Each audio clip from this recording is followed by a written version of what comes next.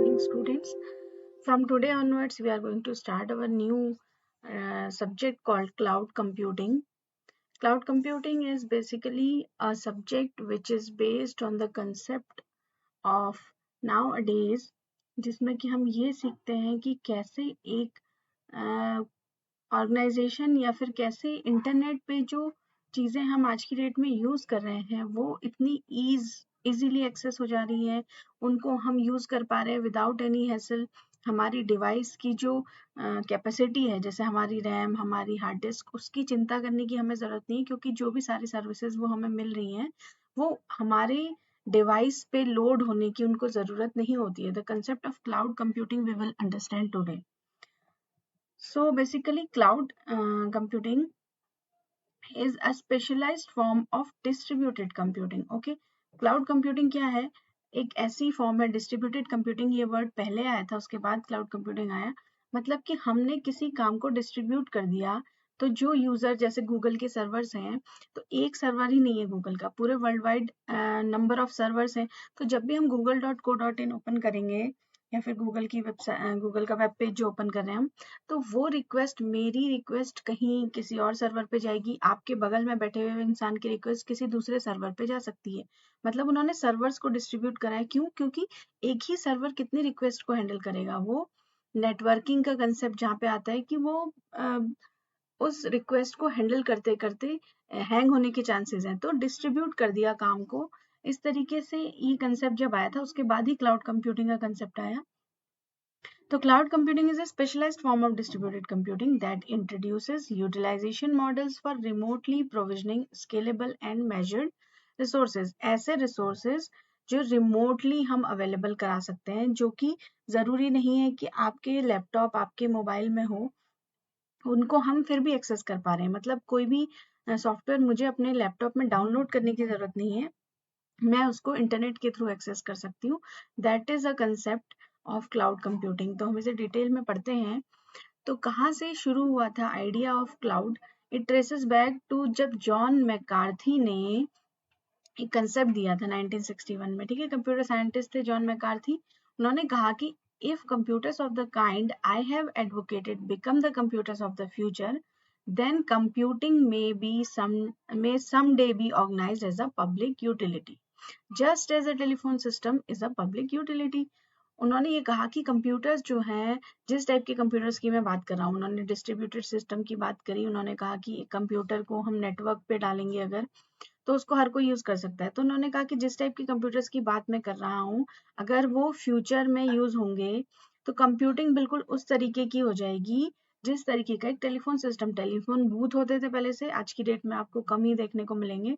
तो जो telephone booth होता है, वहां पे क्या है कि वो पब्लिक एक रिसोर्स है, जिसको कि आप, जो भी जाएगा वो कॉइन्स डालेगा और फोन कर सकता है, या फिर आप पे करते हैं, जैसे एसटीडी बूथ होते थे पहले से, आपने अपनी कॉल करी और जिस चार्ज के अकॉर्डिंग आपने पे कर दिया, तो वो सबके लिए अवेलेबल था। एक पब्लिक टेलीफोन बूथ होता है। उसी तरीके से एक कंप्यूटर भी पब्लिक हो सकता है, उसको हर कोई यूज करे, जो रिक्वेस्ट भेजे, जो भी उसको यूज करना चाहे।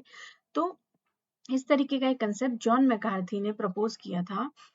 इन 1969 लियोनार्ड लेनरॉक ने क्या कहा, जो ARPANET के बहुत बड़े साइंटिस्ट थे, उन्होंने कहा कि as of now computer networks are still in their infancy, but as they grow up and become sophisticated, we will probably see the spread of computer utilities. उस टाइम पे 1969 में कंप्यूटर नेटवर्क्स जो थे infancy में थे, मतलब उनका बचपन था, वो शुरुआत थी उनकी। जैसे जैसे ये कंप्यूटर नेटवर्क्स बढ़ेंगे, वो उन्होंने कहा कि हम कंप्यूटर यूटिलिटीज का स्प्रेड देखेंगे। यूटिलिटी क्या होती है? Basically utility is a thing जिसको आप जरूरत के हिसाब से यूज करते हैं, और फिर जब जरूरत नहीं है तो आप उसको छोड़ सकते हैं। कैसी यूटिलिटी हो गई? तो उन्होंने कहा कि कंप्यूटर भी इसी तरीके से यूटिलिटीज के तौर पे काम आएंगे। तो जब ये चीजें शुरू हुई, इंटरनेट नेटवर्क शुरू हुआ, इंटरनेट का यूज होने लगा, तो 1990s में क्या हुआ, बहुत सारी कंपनीज जैसे गूगल, याहू ने ईमेल की सर्विसेज स्टार्ट की। ठीक है, तो ईमेल बेसिकली क्या है? It is an example of cloud computing. आपका गूगल पे, जीमेल पे ईमेल आईडी है अगर, तो आपकी जितनी भी ईमेल्स हैं, आप रिमोटली एक्सेस कर रहे हैं उनको। आपके कंप्यूटर पे कुछ भी, आपके मोबाइल से भी आप एक्सेस कर रहे हैं, मोबाइल पे आपकी कोई मेल सेव नहीं है, आपकी जितनी भी मेल्स हैं वो जीमेल के सर्वर पे सेव हैं। जब आप लॉग इन करते हैं तो वो आपको सर्वर से एक्सेस मिल जाती है सारी मेल्स, आप इन मेल सेंड कर सकते हैं, मेल रिसीव कर रहे हैं। तो जो भी आपकी मेल्स हैं, क्योंकि इतने टाइम से सालों से हम मेल्स यूज कर रहे हैं, तो आज हजारों मेल्स हमारे इनबॉक्स में या फिर और भी लेबल्स में पड़ी हुई हैं।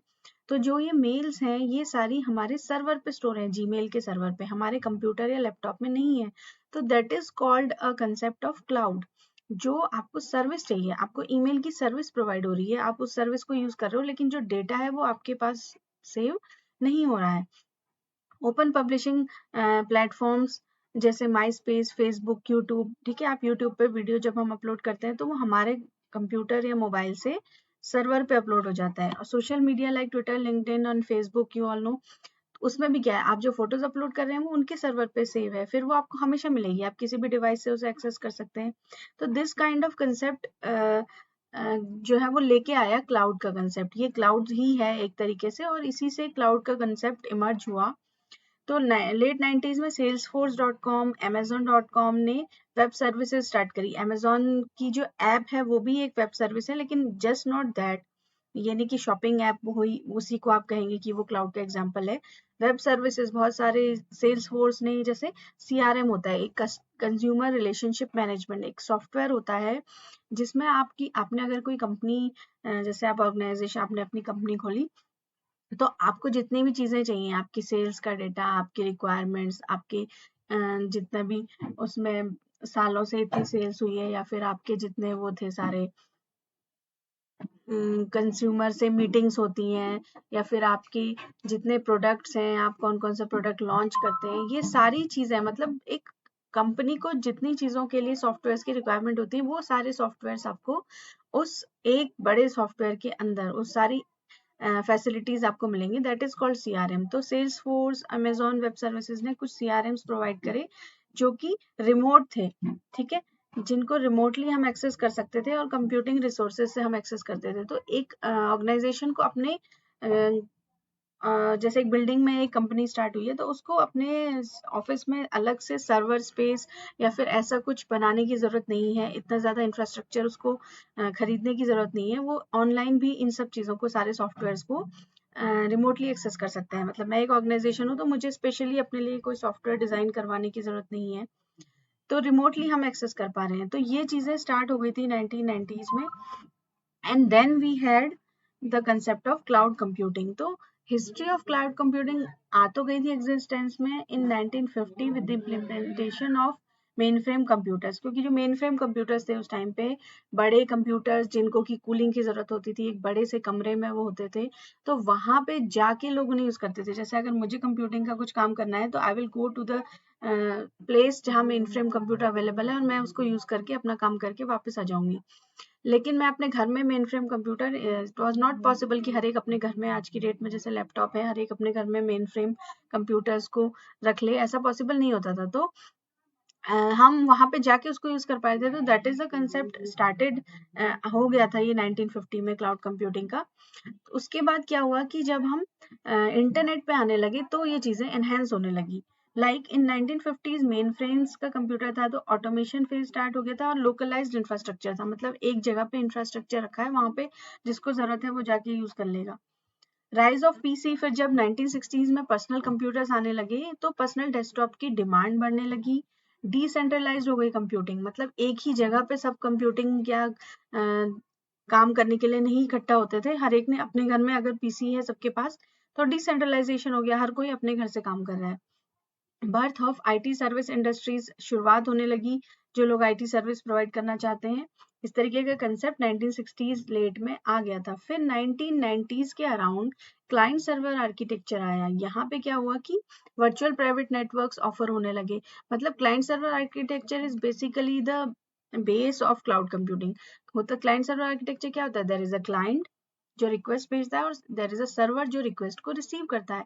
जैसे कि हम जब भी अपने मोबाइल से किसी वेब पेज को एक्सेस कर रहे हैं, तो we are a client, we are typing some website name, हम क्लाइंट हैं, हम रिक्वेस्ट भेज रहे हैं और उस सर्वर पे रिक्वेस्ट जा रही है, तो वो हमारा वो वेब पेज या फिर वो वेबसाइट ओपन करके दे रहा है। तो that is a client server architecture. तो इस तरीके के आर्किटेक्चर की शुरुआत जब हुई तो हाई बैंडविड्थ की डिमांड होने लगी, क्योंकि रिक्वायर्ड था कि हर किसी को अगर इंटरनेट एक्सेस करेगा तो स्लो डाउन हो जाएगा। तो लोगों ने हाई बैंडविड्थ की डिमांड की और .com रेवोल्यूशन जब आया, मतलब हर किसी के पास अपनी वेबसाइट, हर किसी बिजनेस की अपनी वेबसाइट होने लगी। तो उसके बाद ये कंसेप्ट बहुत जल्दी इमर्ज हुआ कि हर किसी की अपनी वेबसाइट है, तो हर कोई अपनी वेबसाइट को बनाने के लिए अपना पर्सनल सर्वर तो नहीं रखेगा। ठीक है, मेरे अगर ऑर्गेनाइजेशन की मेरी एक छोटी सी वेबसाइट है तो उसके लिए मैं सर्वर खरीद के अपने बिजनेस में, अपने ऑफिस में नहीं रखूंगी। I will by a space from the server. ठीक है, ये यही आज की डेट में होता है। जितने भी सर्वर्स होते हैं वो कहीं ना कहीं अवेलेबल होते हैं और हम उनमें स्पेस रेंट करते हैं कि मुझे 10 GB 20 GB का स्पेस चाहिए, वहां पे मैं अपनी वेबसाइट को होस्टिंग करती हूँ। तो इस तरीके का कंसेप्ट 90s में आया। फिर होस्टेड एनवायरनमेंट का कंसेप्ट आया, IT इंफ्रास्ट्रक्चर मैनेजमेंट आउटसोर्सिंग। यही जो मैं अभी आपको बता रही थी कि मेरे बिजनेस के लिए जो जो रिक्वायरमेंट है, मुझे जितना इंफ्रास्ट्रक्चर चाहिए उसकी मैं आउटसोर्सिंग करूंगी। मैं उसको अपने ऑफिस में नहीं बना के उसको कहीं सर्वर पे मुझे वो सारे सॉफ्टवेयर्स अवेलेबल होंगे। मेरी अपनी सेल्स का डेटा या फिर मेरा जितना भी डेटा मुझे रखना है एक सॉफ्टवेयर के थ्रू, एक वेब ऐप के थ्रू। जैसे आप लोग देख सकते हैं शॉप्स में, आप कभी जाते हैं शॉपिंग करने, तो जो शॉप्स होती हैं उन शॉप्स में क्या होता है कि एक सॉफ्टवेयर होता है सेल्स का, उसमें वो अपनी एंट्री करते रहते हैं। तो एक छोटे मोटे बिजनेस के लिए ठीक है, उन्होंने अपने लोकल कंप्यूटर पे उसको इंस्टॉल करवा लिया। But when we talk about a big organisation, तो वहां पे उनकी सेल्स का, उनकी परचेजिंग का, उनका सारा एम्प्लॉयज का डेटा, आज कितनी सैलरी है, कितना क्या उनका पूरा टर्नओवर है, इस तरीके के जो डेटा वो रखेंगे, तो वो किसी बड़े सॉफ्टवेयर में रखेंगे, तो वो किसी बड़े सर्वर पे होस्ट होगा। Increase use of virtualisation, virtualisation का कंसेप्ट हम आगे पढ़ेंगे। ये मतलब बेसिकली मतलब ये है कि हमें ऐसा फील होता है कि हम जिस सर्वर, हम जो काम कर रहे हैं वो हमारे कंप्यूटर पे हो रहा है, बट वो किसी ना किसी दूसरे सर्वर पे हो रहा होता है। ये 2000 में ये कंसेप्ट आए। तो इसके बाद क्लाउड कंप्यूटिंग जो है वो इमर्ज हुई 2010 के बाद से। आज हम देखते हैं, जो आगे हम कुछ टॉपिक्स पढ़ेंगे, कि एज अ सर्विस का इमरजेंस हुआ। मतलब अगर मुझे कोई सर्विस चाहिए तो मुझे चिंता करने की जरूरत नहीं है, मुझे उसे अपने लैपटॉप या मोबाइल में डालने की जरूरत नहीं है। I can use it remotely. तो कुछ कंसेप्ट आए जैसे IaaS, information as a service, platform as a service, service as a service और नेटवर्क एज अ सर्विस। इस तरीके के कुछ कंसेप्ट आए जिनको हम क्लाउड कंप्यूटिंग के अंदर कहते हैं कि हम ये चीजें एज अ सर्विस यूज कर सकते हैं। हम इंफ्रास्ट्रक्चर को एज अ सर्विस यूज कर सकते हैं। मतलब मुझे अपने ऑफिस में बड़े बड़े सर्वर्स रखने की जरूरत नहीं है, मैं रिमोट सर्वर्स को अपने सर्वर बना सकती हूँ। प्लेटफॉर्म, आपको जैसे ऑपरेटिंग सिस्टम कौन सा चाहिए, आपको लाइनेक्स यूज करना है, तो आपको अपने सर्वर पे लाइनेक्स डालने की जरूरत नहीं है, आप लाइनेक्स के सर्वर को इंटरनेट से यूज कर सकते हैं। इस तरीके की चीजें, इनको हम डिटेल में आगे पढ़ेंगे। कोलैबोरेटिव कंप्यूटिंग का यूज हुआ, जैसे दो जगह पे मेरी ऑफिस है तो दोनों का डेटा एक साथ स्टोर हो सकता है। यूटिलिटी कंप्यूटिंग मॉडल्स आए, जैसे छोटी छोटी यूटिलिटीज जो मैं आपको बताऊंगी आगे कि हम उनको हम यूज कर पाते हैं इंटरनेट से। जैसे इसका एग्जांपल आप ले सकते हैं, ऑनलाइन आप PDF को किसी वर्जन में कन्वर्ट करना चाहते हैं। अगर आप PDF को PPT में या फिर आप वर्ड की फाइल को PDF में कन्वर्ट करना चाहते हैं, तो उसके लिए आपको सॉफ्टवेयर को इंस्टॉल करने की जरूरत नहीं है अपने मोबाइल में। आप क्या कर सकते हैं, ऑनलाइन ऐसे वेबसाइट्स हैं जहाँ पे आपको ये फैसिलिटी मिलेगी, आप उस अपने PDF को अपलोड करो और वो वर्ड की फाइल में कन्वर्ट हो जाएगा। तो यूटिलिटी कंप्यूटिंग मॉडल्स का कंसेप्ट आया beyond 2010। Now the basic concepts of and terminology क्या है।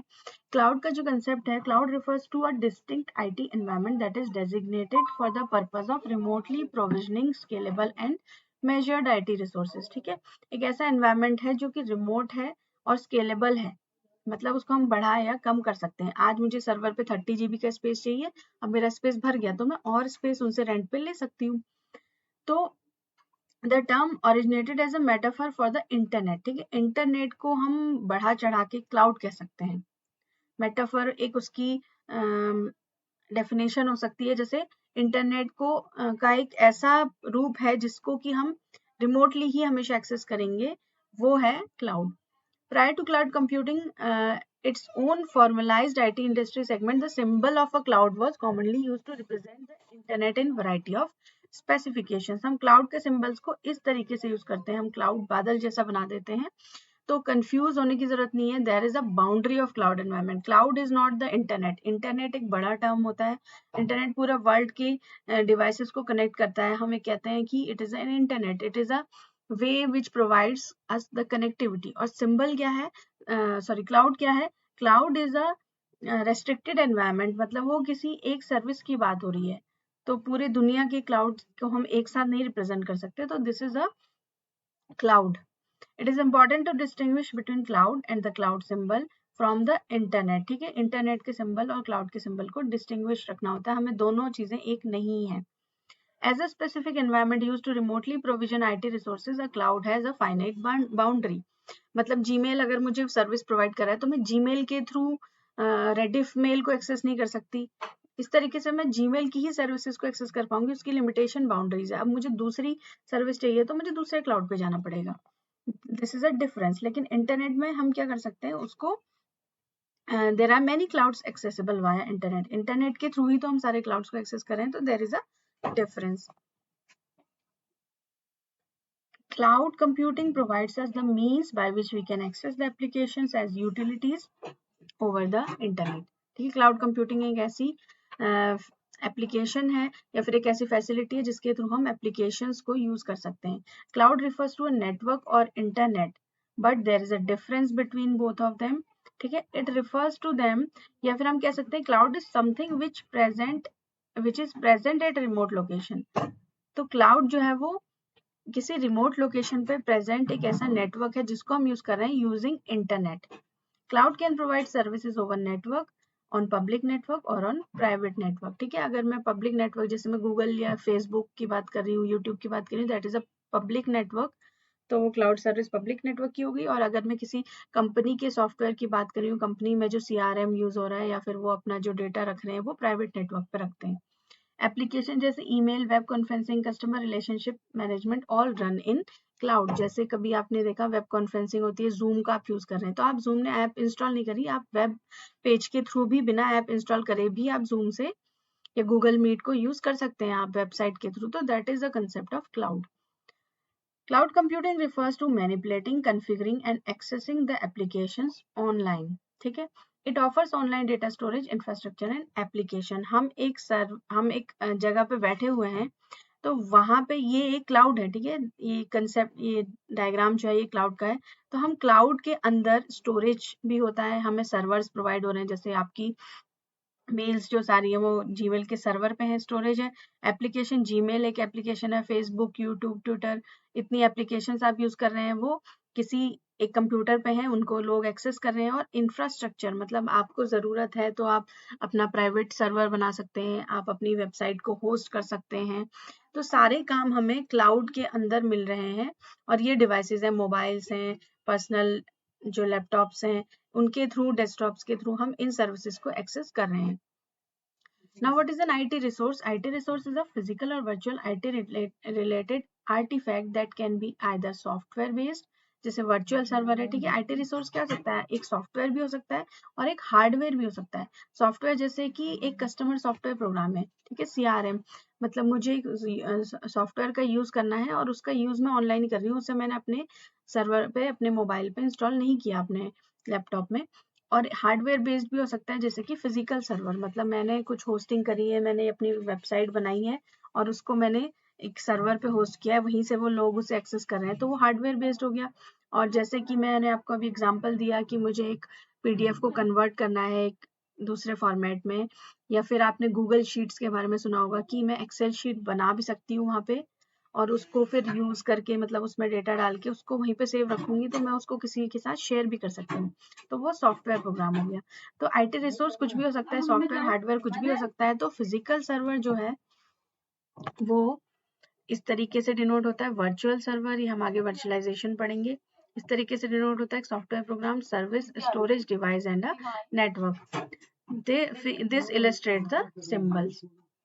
नाउ स्केलिंग, स्केलिंग का एक कंसेप्ट आता है क्लाउड कंप्यूटिंग में जो बहुत ज्यादा यूज होगा, कभी भी हम कहेंगे स्केलिंग हो रही है, तो स्केलिंग क्या होती है, स्केलिंग जो होती है वो एक एबिलिटी है आईटी रिसोर्स को हैंडल करने की कि जब डिमांड ज्यादा है तो उसको स्केलिंग मतलब बढ़ा दिया, और डिमांड कम है तो उसकी स्केलिंग कर दी, यानी फिर से उसे कम कर दिया। तो दो तरह की स्केलिंग होती है, हॉरिजॉन्टल और vertical scaling. What is horizontal scaling?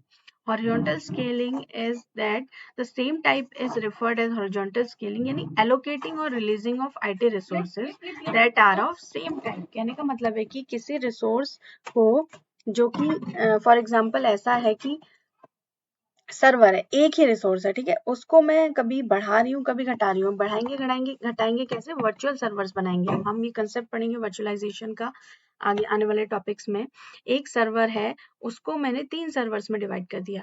माना कि मेरी जो ऑर्गेनाइजेशन है उसमें अभी 100 पीपल थे, अब ऑर्गेनाइजेशन बढ़ते बढ़ते वो 500 लोगों पे पहुंच गई। तो मेरे जो सर्वर्स में एक्सेस कर रही थी वो हैंडल कर सकता था एक बार में कम ट्रैफिक को।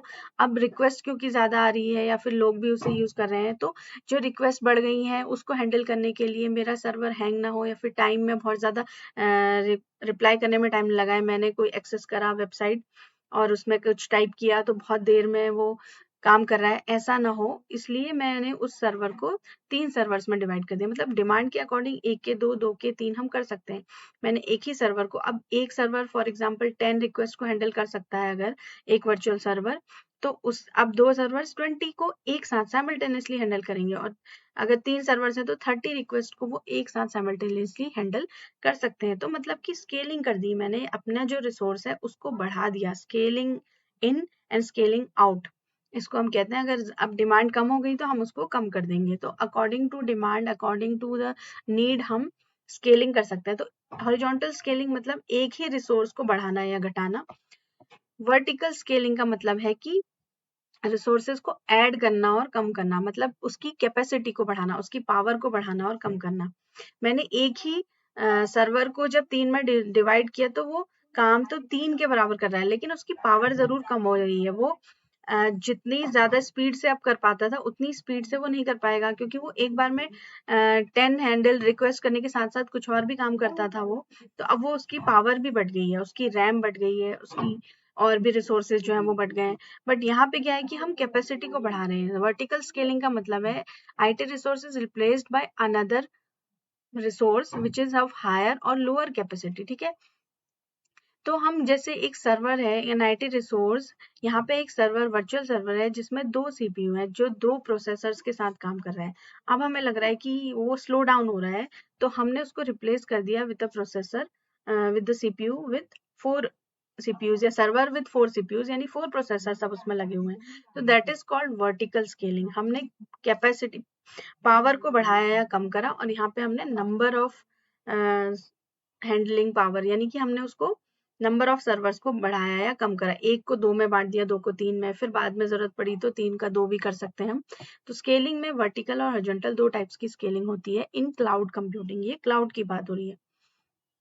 The difference between horizontal scaling is less expensive, ठीक है, vertical is more expensive. Horizontal में हम उसी को डिवाइड या कम कर रहे हैं तो उसमें ज्यादा खर्चा नहीं आएगा, वर्टिकल में हम कैपेसिटी को बढ़ा रहे हैं। हॉरिजॉन्टल स्केलिंग में क्या होता है, IT resources are instantly available, ठीक है, और वर्टिकल स्केलिंग में IT resources are normally instantly available. कहने का मतलब है कि इसमें स्केलिंग में उतना टाइम नहीं लगता है और इसमें टाइम थोड़ा लग सकता है।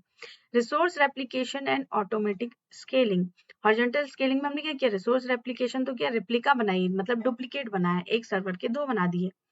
और वर्टिकल स्केलिंग में additional setup is normally needed, मतलब हमने 2 प्रोसेसर वाला सीपीयू में और 2 प्रोसेसर ऐड करे तो एडिशनल सेटअप हमें चाहिए। हॉरिजॉन्टल स्केलिंग में additional IT resources are needed. कहने का मतलब है कि जो आईटी रिसोर्सेज हमें जरूरत है, एक सर्वर से 2 सर्वर बनाने की जरूरत है। वर्टिकल स्केलिंग में हमें आईटी रिसोर्सेज नहीं चाहिए, सर्वर एक ही था उसकी कैपेसिटी को बढ़ाया, सर्वर तो एक ही रहा वो उसकी कैपेसिटी बढ़ गई। Not limited by hardware capacity, इसमें क्या है कि हार्डवेयर कैपेसिटी जो है वो लिमिटेड से ये फर्क नहीं पड़ेगा इसको, ठीक है। और वर्टिकल स्केलिंग में limited by maximum hardware capacity, मतलब यहाँ पे जो हमारी वर्टिकल स्केलिंग है, अगर आप हार्डवेयर को, जैसे एक सीपीयू है उसमें आप एक लिमिट तक ही तो प्रोसेसर्स बढ़ा सकते हो, आप उसमें प्रोसेसर्स को 2 के 4 कर लिए, तो अब वो 4 प्रोसेसर हैंडल कर पा रहे हैं, ठीक है। अब 4 के बाद ज़रूरी नहीं है कि वो 8 प्रोसेसर हैंडल कर पाए, इसीलिए तो जो नई टेक्नोलॉजी आती है वो चेंज होती रहती है। जैसे पहले ड्यूअल कोर प्रोसेसर्स आते थे, फिर क्वाड कोर आए, अब ऑक्टा कोर प्रोसेसर्स भी आ गए हैं, जो 4 प्रोसेसर एक ही चिप में है। तो ऑक्टा कोर प्रोसेसर के लिए हार्डवेयर भी तो वैसे ही चाहिए, हमें 64 बिट का ऑपरेटिंग सिस्टम चाहिए, ठीक है।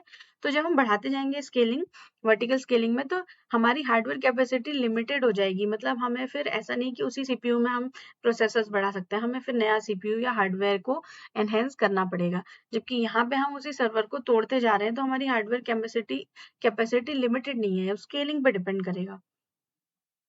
Cloud service is a remotely accessible environment, ठीक है। अब बेसिकली क्लाउड बढ़ने के बाद आप क्लाउड सर्विस को समझ सकते हैं कि एक ऐसा एनवायरनमेंट है जिसको हम रिमोटली एक्सेस कर सकते हैं।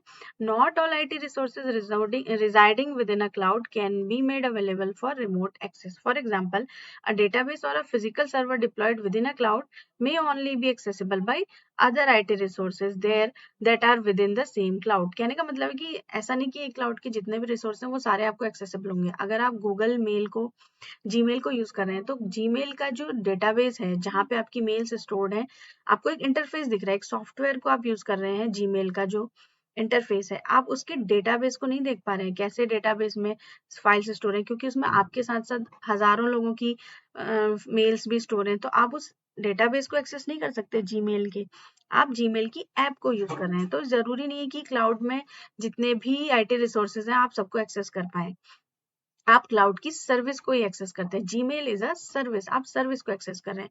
A software program with a published API may be deployed specifically to enable access to remote clients. कहने का मतलब है कि एक सॉफ्टवेयर प्रोग्राम का हम यूज करते हैं जिसका कोई पर्टिकुलर इंटरफेस होता है, एपीआई होती है, और हम उसको एक्सेस कर सकते हैं, रिमोट क्लाइंट्स उसको एक्सेस कर सकते हैं। हम रिमोटली तो एक्सेस कर रहे हैं जीमेल, फेसबुक, ट्विटर, हम उसकी एपीआई को एक्सेस कर रहे हैं। ट्विटर का डेटाबेस आप एक्सेस नहीं कर सकते, आप उसकी ऐप को एक्सेस कर रहे हैं। तो इस तरीके की जो सर्विसेज है उनको क्लाउड सर्विस कहते हैं। मतलब आप एक सर्विस, एक सॉफ्टवेयर को यूज कर रहे हैं जो आपके सिस्टम में इंस्टॉल्ड नहीं है, जो इंटरनेट पे अवेलेबल है, उसको हम कहेंगे क्लाउड सर्विस, ठीक है। तो क्लाउड सर्विस जो है इस तरीके का है जैसे कि रिमोटली एक्सेस वेब सर्विस, एक जीमेल का ये एग्जांपल हो गया, आप मेल भेज रहे हैं, मेल रिसीव कर रहे हैं, तो ये वेब सर्विस है।